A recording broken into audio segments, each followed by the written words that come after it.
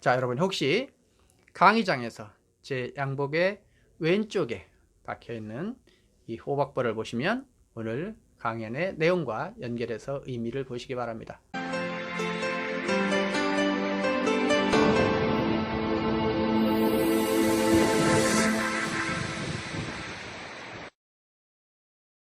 반갑습니다. 김덕희입니다. 오늘은 불가능을 가능이라는 주제로 방송을 시작해 보도록 하겠습니다. 자, 여러분 혹시 호박벌 아세요? 지금 제가 이 호박벌을 이렇게 들고 있습니다. 호박벌을. 제가 금색 모양이 되어 있는 이 호박벌을 한번 가까이 보여드릴까요? 보이시나요? 이 브로치를 제가 양복에 요즘 차고 다닙니다만은 사람들이 그게 뭐냐고 물어봐요. 이게 바로 호박벌입니다. 지금 여러분이 보셔서 아시겠지만 2cm 정도의 크기예요. 커야 2.5cm. 아주 작습니다. 그래서 이게 공기역학적으로는 도저히 날 수 없는 그런 벌이에요. 다시 말해서 도저히 나는 것은 불가능한 벌인데도 불구하고 이 벌이 날라요. 날 뿐만 아니라 정말 부지런해요. 이 세상에서 어떻게 보면 이 벌 중에서 아니면 이 곤충 중에서 가장 부지런한 것이 아닌가 하는 생각이 듭니다. 무려 일주일에 1600km를 날라요. 그러니까 서울에서 부산을 갔다가 다시 서울에 왔다가 다시 부산을 가는 거리를 이 작은 날개를 보면 정말 작습니다. 조금 속된 말로 파리 날개, 파리 날개. 그런데 이 날개를 가지고 부산을 왔다 갔다 왕복하고 한 번 더 가는 거리를 나는 거예요. 근데 이게 너무 재밌습니다. 뜨기도 불가능할 텐데 나는 거예요. 도저히 불가능한데 어떻게 이렇게 날 수 있을까? 가슴 뛰는 삶 중에서 작가는 이렇게 표현했습니다. 이 호박벌은 자기가 못 난다는 자체를 모른대요. 자기가 날 수 없다는 자체를 모르는 겁니다. 그러니까 본능적으로 목적을 갖고 먹이를 따라가는 거예요. 먹이를 따라가는 거예요. 내가 날 수 있을까 없을까 이런 게 없이 목적의식, 먹이를 따라 날아가는 겁니다. 이 사람은 자기가 능력이 딸 수 있는가 없는가에 대한 관심이 전혀 없어요. 먹이를 따야 된다는 목적의식으로 날아가는 겁니다. 그럼 여러분이 한번 보자고요. 혹시 내가 뭐가 부족한가? 내가 할 수 있는가? 내가 능력이나 의심, 내 능력이나 내 자신감을 의심하면서 내가 실제 나의 어떤 목적을 달성하지 못하지는 않는가?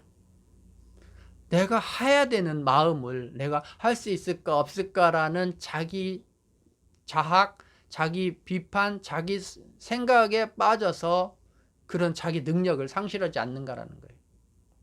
실질적으로 곤충학자들은 얘기합니다. 이 벌이 일반적인 보통 벌은 1초에 230회 정도 날개짓을 한대요. 그런데 이 벌은 250회라는 거예요. 다시 말하면 날개가 작기 때문에 1초에 20회를 더하는 거예요.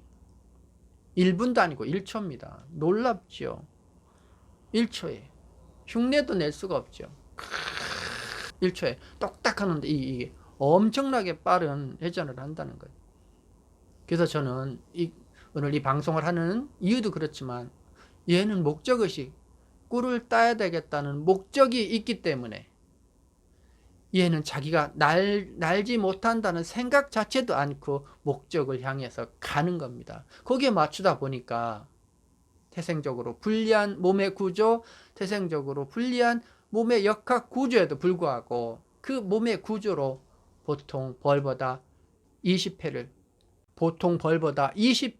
날개짓을 더해서 능력이 안 돼서가 아니라 다리가 짧아서가 아니라 팔이 짧아서가 아니라 날개가 작고 몸씨 큼에도 불구하고 20번의 날개짓을 더했단 말이에요. 여러분 그런 말 들어보셨죠? 팔이 짧아서요? 한 발 앞으로 가셔야 됩니다. 팔이 짧아서요? 한 발 앞으로 가셔야 됩니다. 다리가 짧다고요? 더 많이 걸어야 됩니다. 우리가 아는 것들이 있지만 실질적으로 이 벌은 그것을 생각하지도 않고 했다라는 거예요. 자, 그래서 여러분, 지금 혹시 어떤 난관이나 어려움에 붙였다라고 하면 내가 이거 할 수 있을까 없을까가 아니라 해야 된다라는 거죠. 하면 됩니다. 내가 뭐 못할 것 같아요. 아닙니다. 그 시간에 뭔가에 집중하고 하면 반드시 그 불가능하다고 생각했던 것이 가능해진다. 역사를 잃은 사람은 모두 그 불가능을 가능하게 한 사람이지 가능한 걸 가능하게 한 사람이 아니다라는 것을 한번 우리가 마음으로 새기면서 우리 서로가 용기와 힘을 얻는 그런 시간이 되었으면 합니다. 자, 오늘은 호박벌을 통해서 불가능을 가능이라는 내용으로 강의를 했습니다. 오늘은 여기까지입니다.